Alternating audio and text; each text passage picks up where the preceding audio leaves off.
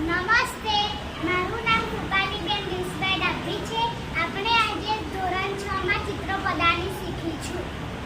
એટલે ચાવી, પેટિકા એટલે પેટી, તકમ એટલે ચોકી, એટલે છત્રી, એટલે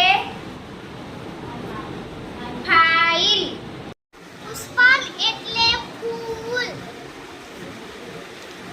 પુષ્પદાની એટલે ફૂલદાની, આલોહ એટલે તાળું, દીપ એટલે બેટરી, એટલે થાળી, એટલે પૈસા, સહ એટલે ચમચી, દીપ એટલે દીવો, અંકણીત એટલે પેન્સિલ, એટલે ઘડિયાળ,